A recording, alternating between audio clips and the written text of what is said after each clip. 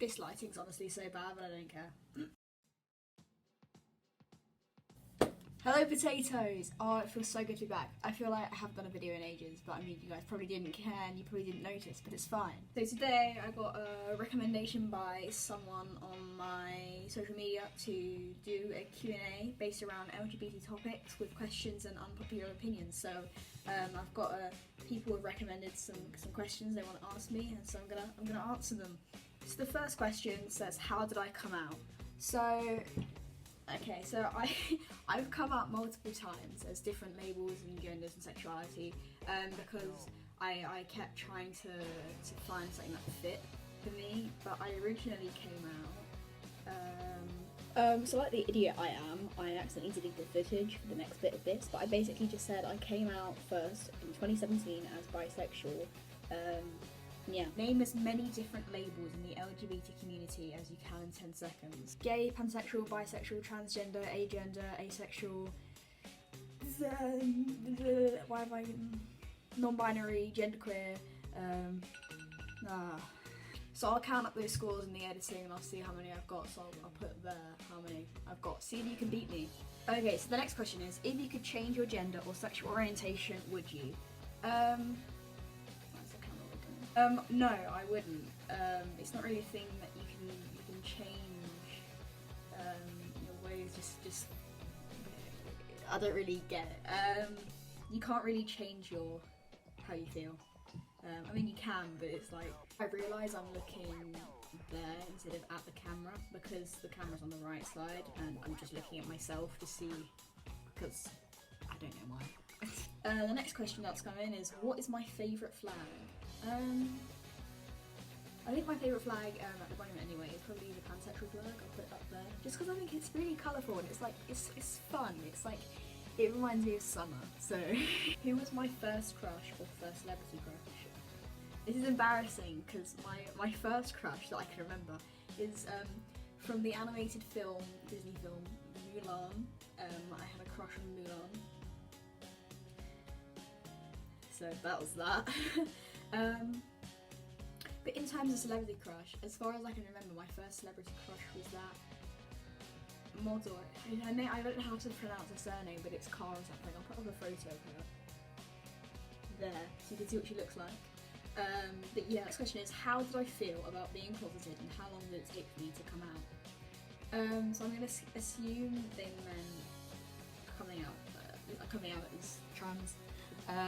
But it took me 4 years. I realised 4 years ago I was trans, and I came out. Oh, my face looks so scarred. I came out as trans last November, so it was like 4 years. And how did it feel being closeted? I don't know, it felt like restricting, not being able to express myself, and not being able to dress how I want or have short hair or just be myself. So it was challenging, yeah. How did I realise I was trans or bi? Basically just both. So I realised I was trans 4 years ago. Before that I could see signs. I'd never dress up as any female characters, and I'll put some photos up on the screen of all the different characters I dress up as. So pirates, Buzz Lightyear, Fireman Sam, and I'd always want to wear boys' clothes. I hated going shopping in the women's section. And I just always wanted my hair cut, and I always wanted to play with the boys. When I was in nursery, I always went to the boys' toilets and got told off. But yeah, that's how I realised I was trans. And in terms of realising I was bi, the shortest way I can answer that is puberty. Oh, so this one's quite an important one. So the next question is advice to closeted people in different situations. So I think the strongest bit of advice I can give is that only come out when you're ready. And you've probably heard this millions of times if you are part of the LGBT community watching this. If so, hi. If you're not, still hi. Only come out when you feel ready. Don't feel like any pressure to come out if you don't feel like you're comfortable in your situation, because then it will just spiral out of control, and then you're gonna be in a weird situation. So I'll link my Instagram in the bottom, so if you guys ever have any questions or anything, or you want any information or help or advice, you can just pop me a DM and I'll answer it, and we can have a chat, and I'll help you out. I'll try to. What are my thoughts on bi-erasure or any type of erasure?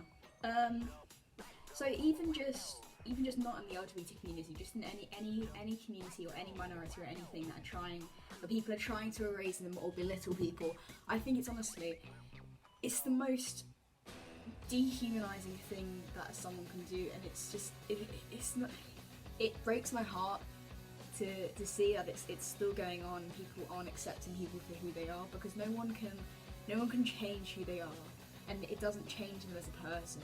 Like if you it's just, I don't know how to describe it. I'll probably end up getting emotional, but you know. How have friends helped me to be comfortable in my own body, and how have they not helped? So the group of friends that I'm in at the moment, they have been the most amazing group of friends I could have asked for in this time. They've honestly helped me through so much.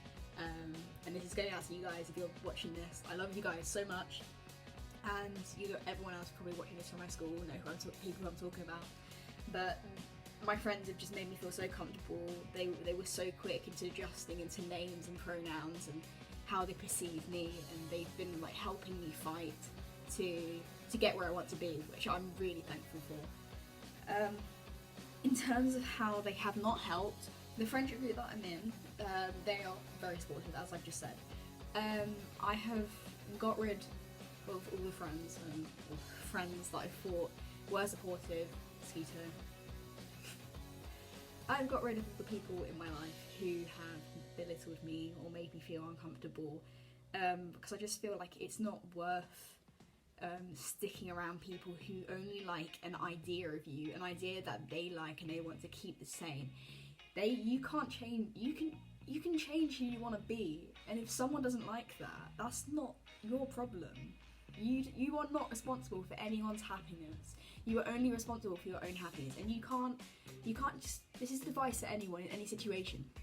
If you are in a toxic relationship, whether this is romantically or just friendship-wise, don't feel like you need to change yourself for other people, for their idea of what you need to be, because at the end of the day, if you're not comfortable,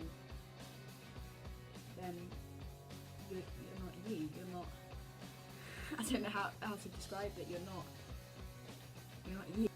I didn't realise some of these are getting really deep, but like, you asked for this. And the final unpopular opinion is LGBT people. I have to mess up on the last one, don't I? Guess who lost the footage again? Yeah, I'll just go to the outro. Anyway, I hope you guys enjoyed the video. If you did, please give it a thumbs up.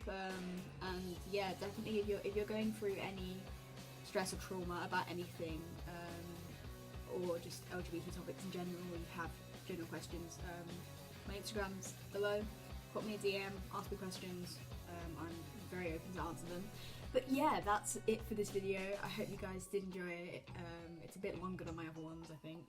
But yeah, so who knows what will happen. I'll see you guys soon. Love you. Bye.